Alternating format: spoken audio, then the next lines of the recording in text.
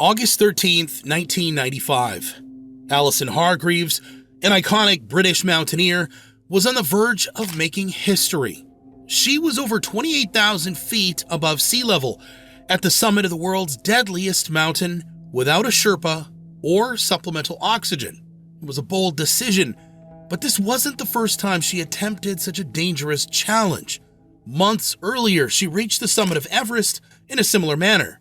As Allison slowly climbed the infamous K2, she faced sub-zero temperatures, violent winds, and the constant threat of an early grave should she take one wrong step. Against all odds, she was triumphant and became the first woman in history to conquer K2 and Everest without supplemental oxygen. But this monumental achievement would come at a devastating cost. From a devastating storm that claimed the life of a legendary British climber to the mysterious disappearance of a beloved French mountaineer, these are the three most horrible fates of women on K2. Welcome to the Extreme Edge. June 24th, 1986. French alpinist Liliane Barrard and her husband Maurice were high on the peaks of a notorious mountain wedged between China and Pakistan. Known as the world's highest couple for their daring pursuits on some of the world's highest peaks, this particular climb was unlike anything they had ever experienced. Now, for Liliane and Maurice, this once-in-a-lifetime adventure would soon take a drastic turn for the worse, as this was no regular mountain she was climbing. It was none other than the infamous K2. The name of this notorious mountain conjures images of dangerous terrain and deadly storms, and it's not for the faint of heart. For over a century, many of the world's greatest climbers have sought to conquer its mighty peak, but the line between triumph and tragedy is razor thin. Some mountaineers have gone as far as to claim the elements conspire against you at every turn, and the mountain itself actively resists conquest. K2 is the second highest peak on Earth, towering at 28,251 feet above sea level. To many, it's known as the Savage Mountain, a nickname earned through its brutal conditions and unforgiving nature. For climbers like Liliane who dare to scale up its steep slopes, they generally do so by way of the Abruzzi Spur, which is considered the most popular route. It's comprised of vertical rock faces, treacherous ice falls, and the infamous bottleneck, a narrow couloir beneath a massive overhanging ice cliff that requires advanced climbing skills. Now, if you were to ask the climbers themselves, K2 is more than just a mountain. It's a test of skill, courage, and the will to survive. It's a place where every step is a gamble, and the price of failure can be the ultimate sacrifice. Soon, Liliane and her husband Maurice would come to experience this for themselves. But the couple was no stranger to challenging climbs. They successfully reached the peak of Gasherbrum 2 in 1982 and Nanga Parbat in 1984, with Liliane becoming the first woman to summit Nanga Parbat. Their focus on fast and light ascents, a style that prioritized agility and minimized the time spent at extreme altitudes, earned them the respect of the wider climbing community. The daring alpinists next set their sights on K2. The Barrards were joined in this expedition by Polish climber Wanda Rutkowicz and French climber Michel Parmentier.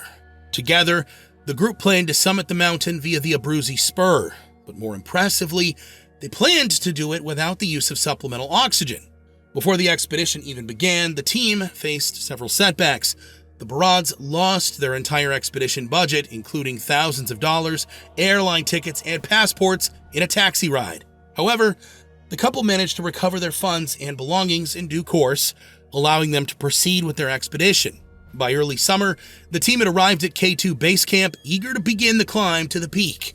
Now, like many climbers who came before them, the expedition would spend several weeks acclimating at progressively higher camps, allowing their body time to adapt to the decreasing oxygen levels and thereby reducing the risk of altitude sickness.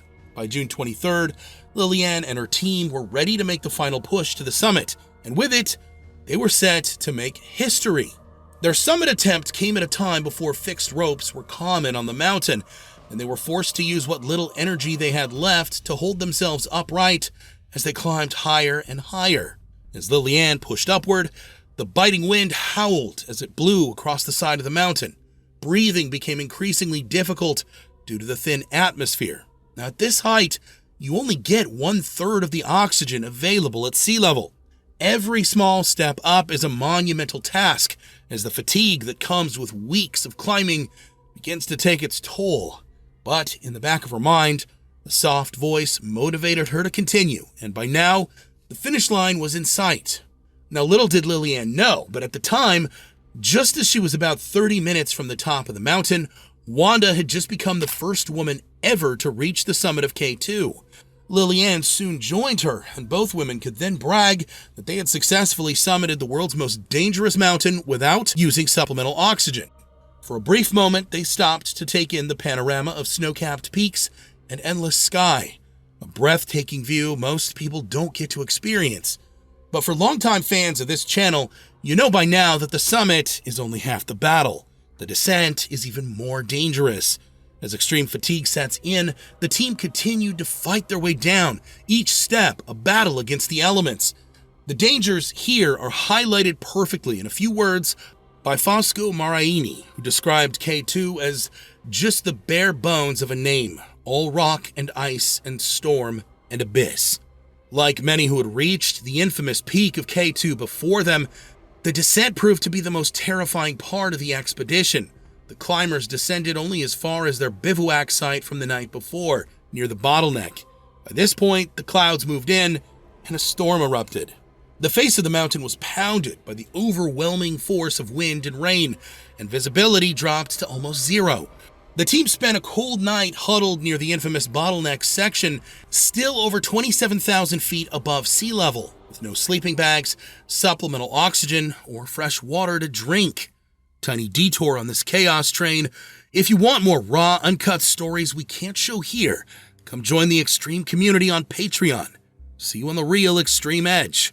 The following day, on June 24th, conditions on the mountain had worsened, and the expedition found themselves stuck in the middle of a whiteout. But, determined to live, they pushed on down the steep rock face. Now, by this point, they had run out of fuel for their stoves. Without this, they couldn't melt snow for drinking water, a critical step in preventing dehydration at high altitude. At some point, Michel pushed on ahead of the others and managed to catch up with another team of climbers from the Basque Country, Maria Abrego and Josema Casimiro. He tried to borrow some fuel from the climbers, but they had also drained their reserves. Eventually, Wanda caught up with Michel, while the Barrads fell behind, both being utterly exhausted and now dehydrated. Unfortunately, this was the last time anyone ever saw them alive. Along with the Basque climbers, Michel and Wanda eventually made it back to Camp 3, but as minutes turned to hours, there was no sign of the Barrads. While the initial thoughts from Wanda and Michel were that they managed to find shelter from the storm elsewhere on the mountain, soon the hours turned into days, and there was still no sign of the couple. Then, a month later, a terrifying discovery was made that left the expedition heartbroken. Liliane's lifeless body was found on a snowfield at around 17,500 feet by a South Korean expedition. This was around 10,000 feet lower than where she was last seen, suggesting the couple had either continued to descend until her final breath, or the storm had swept her body down. For Maurice, his body would remain hidden on the mountain for over a decade, until it appeared on the glacier just above base camp in 1998. With this, the mysterious death of the couple finally found some closure. For years, stories about what truly happened on that fateful day circulated within the mountaineering community. The most likely scenarios to explain their disappearance suggest that they wandered off route in a storm, fell, or succumbed to exhaustion and hypoxia. The unfortunate death of Liliane and her husband cast a dark cloud over what had been a landmark day for women in mountaineering. On that fateful day in the summer of 1986, Liliane went from being the second woman in history to summon K2 to becoming yet another victim of the mountain. The expedition was part of what climbers grimly nicknamed K2's Black Summer. This particularly deadly period on K2 saw 13 deaths and 27 ascents. As for the Barrards, who lived and climbed as partners, many of their closest friends and family found some closure in the idea that they perished doing what they loved. They were united in life and death, and both are now commemorated side by side at the Gilkey Memorial, the stone monument honoring those who lost their lives on K2. Unfortunately, the tragic tale of the Barrards is just one in a long list of individuals who dared to achieve greatness, but in the end, were forced to pay the ultimate price. Another such victim of K2's brutality is Julie Tullis, one of Britain's most memorable female climbers. Julie was born in Surrey, England, back in 1939. Her early life wasn't filled with snow-capped peaks and dangerous terrain, like many of the mountaineers who've etched their name into history. In fact, she didn't even begin regular climbing until her late 30s, which is a relatively late start for a mountaineer. Nonetheless, she quickly developed a passion for the sport.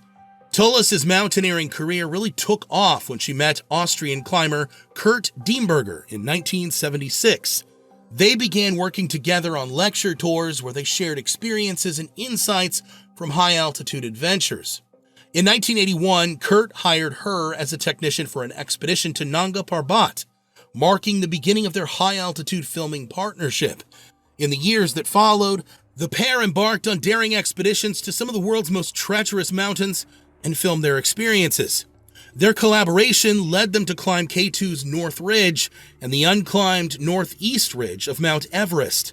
By 1984, Tullis and Diemberger had also successfully climbed Broad Peak, an incredibly challenging summit located in the Karakoram Range on the border between Pakistan and China. However, Julie and Kurt would face their most formidable challenge to date when they signed up to be part of an expedition aiming to summit the notoriously treacherous peak of K2. Having spent years climbing and filming in the Himalayas, they didn't hesitate to jump on board, drawn in by the allure of climbing what many considered the world's most dangerous mountain. The expedition took place during the Black Summer of 1986 we just talked about, just less than 2 months after Liliane and Maurice Barrard met their demise on the mountain. As Julie slowly made her way up the mountain, she was forced to employ all of her technical abilities to safely pass through the dangerous terrain, snowfields, and sharp cliff faces. Like climbers who came before her, including Barrard's, the beginning of Julie's ascent up the Abruzzi spur route was met with a treacherous path of rock ribs, snowfields, and sharp faces, forcing her to utilize all of her technical climbing abilities. Her first significant challenge was the house's chimney, a vertical rock face that demanded every ounce of her strength and skill. Julie moved slowly, slamming her ice axe into the frozen surface. Each placement had to be a calculated risk. As she slowly climbed upwards, the air became increasingly thinner, and altitude sickness started to become a very real threat. Perhaps she had a dull ache in her head and a persistent nausea, all signs of this killer illness, but she was aware of the dangers and was determined to push on. Driven by a fire within, a desire to test her limits, to connect with the raw power of nature, Julie and her team continued with their adventure. The next challenge they would face was the infamous Black Pyramid, an intimidating wall of rock and ice. This infamous part of the climb features over 2,000 feet of complex rock faces, with slopes often exceeding 50 degrees, requiring advanced mountaineering skills. The area is prone to rockfall and icefall, creating constant hazards for climbers, but more so, it lies within the death zone, where low oxygen levels and extreme cold significantly increase the risk of altitude sickness and other complications. However, being well trained and prepared for anything the mountain threw at them, Julie and the team successfully passed the Black Pyramid and made their way towards the last great challenge, the so-called bottleneck, a narrow couloir beneath a menacing ice cliff. Here, many experienced climbers have met their end. As they approached the bottleneck, the words of George Bell rang true. Having been a part of an expedition in 1953, he knew firsthand of the dangers that awaited Julie. He even went as far as to call K2 a mountain that tries to kill you. As they carefully passed the bottleneck, at any moment they knew the overhanging seracs could break off and fall, potentially triggering an avalanche. This constant threat, along with the high risk of altitude sickness, among other things, makes this the deadliest section of the climb. With calm composure and a slow, steady pace, Julie and Kurt safely navigated each and every one of these hurdles, collecting valuable footage along the way. Despite the dangers they faced throughout the expedition, Julie continued to document their experience, reflecting her mental toughness, creativity, and commitment to her role as filmmaker. All of these desirable traits would eventually lead them to a place where few people have been before. By August 4th, after several tough days above 26,000 feet, Julie and Kurt decided it was now or never, and they decided to push on for the summit despite the rapidly deteriorating weather. Just as the sun had set beneath the horizon, they had reached the summit, and with this, Julie became the first British woman to ever stand at the top of the infamous summit. But their success came at a high cost. After days spent above in the death zone with little rest, thin air, and few supplies, fatigue began to overwhelm the filmmakers. Now, they had to face arguably the most dangerous part of the climb, the descent. By now, the sun had fully set, and the climbers were forced to slowly stumble down the mountain with no natural source of light. Descending any mountain, let alone K2, in the dark, is extremely hazardous due to a combination of factors, including limited visibility, the potential for disorientation, and the risk of taking a single wrong step that could send them down a deep crevasse. Unfortunately, this one fatal mistake turned their expedition into a nightmare. As they slowly descended, disaster struck as Julie's foot slipped and she fell down an icy slope in the dark. Fortunately, Kurt's rope saved them both, but still, the impact of the fall is thought to have left Julie with several injuries, including several problems with her head that affect her vision and coordination. Due to her weak state, she and Kurt were forced to camp out at around 27,000 feet without any form of shelter. More often than not, this could have been a death sentence for the climbers, but they persevered through the plummeting temperatures of the night, and by the early hours of the morning, Julie was conscious enough to begin the descent to Camp 4. Here, they met up with several other climbers, but now they were faced with an even greater danger as a ferocious blizzard began to sweep across the mountain. The wind howled, and visibility had dropped to near zero as the climbers huddled together for warmth inside their tents, which barely clung to the mountainside. Inside, the air is thick with the rasping breaths of Julie, Kurt, and the rest of the climbers, their faces likely etched with a mixture of fear and determination. The reality was, they were trapped, marooned on the roof of the world, caught in the icy grip of a K2 blizzard. They had trained, prepared, and risked everything for the summit, but now the mountain had turned against them. The storm, a relentless beast, had descended with a vengeance, cutting off their ascent and threatening to bury them alive. Their oxygen tanks ran empty, their food supplies empty, as was their gas, meaning they had no source of clean water. The cold was a constant worry, and frostbite threatened to claim fingers and toes. Outside, the risk of an avalanche increased with every great gust of wind. They were isolated, miles from help, and facing a battle against the elements that could cost them everything. They were trapped in these hellish conditions at over 26,000 feet for 5 days, which must have seemed like an eternity. But for Julie, who was actually in pain from her fall, we can only imagine the horror she experienced as she lay almost lifeless inside the tent. Suffering likely from high-altitude pulmonary edema and extreme exhaustion, Julie Tullis slipped in and out of consciousness during their time on Camp 4. Kurt and the rest of the expedition tried their best to keep her alive. But unfortunately, K2 seemed destined to claim another victim.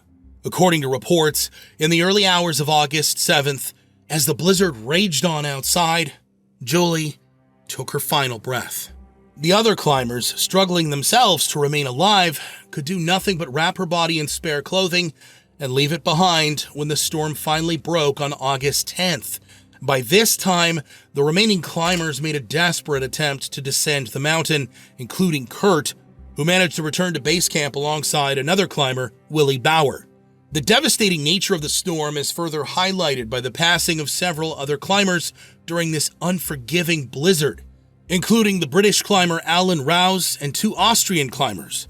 Julie's passing left a gaping hole in the British climbing community, which celebrated her as not only a charismatic figure and pioneer, but also for her bravery in the face of adversity. She left behind her husband, Terry, and 2 children. Many of her friends and family managed to find closure with her death as they looked back on a famous quote uttered by the British filmmaker. According to them, she once said, "If I could choose a place to die, it would be in the mountains." This stoic acceptance of the dangers associated with the mountaineering world, unfortunately, manifests itself in this particular expedition. But Julie wasn't the first or last woman to meet her demise on the mountain. We did tell you it was the world's most dangerous mountain, and in 1995, the British mountaineering icon, Alison Hargreaves, would find this out for herself.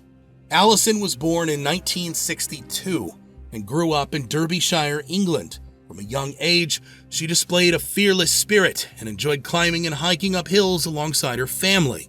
Her passion for mountaineering was ignited at the young age of 13, and she quickly excelled, choosing this path over traditional academic pursuits. As she blossomed into an adult, Allison met Jim Barrard, an amateur climber, and the pair eventually married. Together, they ran an outdoor equipment shop. This provided Allison with the financial backing she needed to dedicate herself to training and climbing. By her early 20s, she was already making a name for herself and made headlines in the climbing community after successfully scaling the north face of the Eiger while 6 months pregnant with her son. Climbing any mountain pregnant is wild in and of itself, but the Eiger? But by 1993, the couple was facing financial difficulties. Allison and Jim moved to Switzerland to facilitate her climbing career. That year, she achieved a remarkable feat, becoming the first person to solo the 6 major north faces of the Alps in a single season. This accomplishment brought her media attention and sponsorship, even though financial struggles continued. Nonetheless, her love for climbing inspired her to undertake one of the most daring challenges ever attempted in the climbing world. In 1995, she set out to summit the world's 3 highest mountains, Everest, K2, and Kanchenjunga. But that's not even the crazy part. Allison intended to do this solo, without the use of supplemental oxygen or a team of Sherpas. To many, it was considered a death sentence, but she didn't care what the outside world thought, as the glory of being the first woman to achieve this feat was enough to motivate her. By May 1995, Allison had proved all her haters wrong when she successfully summited Everest solo and without oxygen or a Sherpa, just as she promised she would. After briefly returning home to spend time with her children and family, Allison flew back to Asia. This time, she flew to Pakistan, where she intended to take on K2. She initially joined an American team that had obtained a permit to climb the mountain, and by midsummer, they had begun their slow ascent up the mountain. Allison reached base camp by late July, but she and the other climbers were immediately trapped by a ferocious and persistent storm that engulfed the mountain. This lasted for days and had a detrimental effect on Allison, as evident in several journal entries. The British climber grew increasingly homesick, appearing to face an emotional struggle between longing for her children and her desire to summit K2. In one entry, she wrote, "I feel like I'm being pulled in two, wanting the children and wanting K2." The poor weather lasted for weeks, leaving the climbers frustrated with their situation. In another entry, Allison wrote, "Yesterday, I was in tears, exhausted, mentally and physically." Finally, their prayers for clearer weather was answered on August 13th, but by this time, many of the American team had turned back. One climber who remained behind, Rob Slater, convinced Allison to join forces with a group of climbers from New Zealand, Spain, and Canada who were preparing for a summit push. In the end, she reluctantly agreed, and on August 13th, they launched their final bid to conquer this infamous mountain. Allison used what little energy she had left and successfully summited the mountain at 6:45 p.m. As she stood beneath the clear skies on top of the world's second highest mountain, she had just become the first woman to summit both Everest and K2 without supplemental oxygen or support. But her mental victory would come at a great price.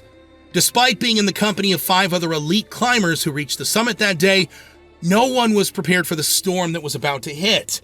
As the group made their way back down the mountain, the clear skies turned dark, and the wind shifted from a gentle breeze to that of a hurricane. Almost without warning, the climbers were thrown into whiteout conditions, and they began to lose their way one by one as the storm engulfed the mountain. Allison did her best to remain on track, but the overwhelming power of the wind and lack of visibility proved too much, and in the end, she and the other climbers would unfortunately perish in the storm. The exact circumstances of her death are unknown, but it is believed that she was caught in the storm and either fell or was swept off the mountain. Several days later, surviving climbers at lower camps stumbled upon a blood-stained anorak, a boot, and a harness, which were later recognized as Allison's, a considerable distance below where she was last seen. After this, they saw what appeared to be a body lying on a distant slope, which they presumed to be Allison's, leading them to conclude she had been literally blown off the mountain by the intense winds. To this day, her remains have never been recovered from their icy graveyard atop K2, and this, unfortunately, became her unmarked resting place. The news of Allison's death became a topic of intense public debate in the UK. Those who had recently applauded the female climber for her daring ascent of Everest months earlier had now begun to criticize her. In a matter of days, she went from a national hero to a reckless mother who chose to abandon her children. Yet, many at the time pointed out that no male mountaineer ever faced similar remarks. Throughout the ordeal, her husband, Jim Barrard, defended her unwavering drive, stating she was an inspiration to her children. In the end, she became yet another victim of a mountain that still harbors a deadly reputation to this day. The experiences of these three women on K2, including the tragic loss of lives mentioned in this video, highlight the inherent risks of attempting to summit this formidable peak. Even today, the savage mountain continues to challenge and claim the lives of those who dare to reach its summit, regardless of gender. Thanks for watching, and I'll see you in the next one. Stay bold and live brave.